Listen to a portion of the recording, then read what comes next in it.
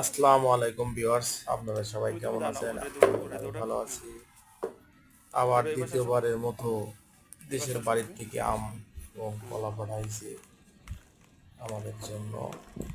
আমার ছোট ছেলে সে নিজ হাতে প্যাকেট খুলছে, কার্টন থেকে আমগুলো বাইর করতেছে আর বলতেছে, বাবা তুমি দেখো, আমি নামাই তুমি দেখো। সে কাউকে দিবে না, সে নিজে হাতে এগুলো খুলছে। দেশের বাড়ি থেকে কখনো কিছু পাঠাইলে কার্টুনের মধ্যে করে পাঠাইতে হয়।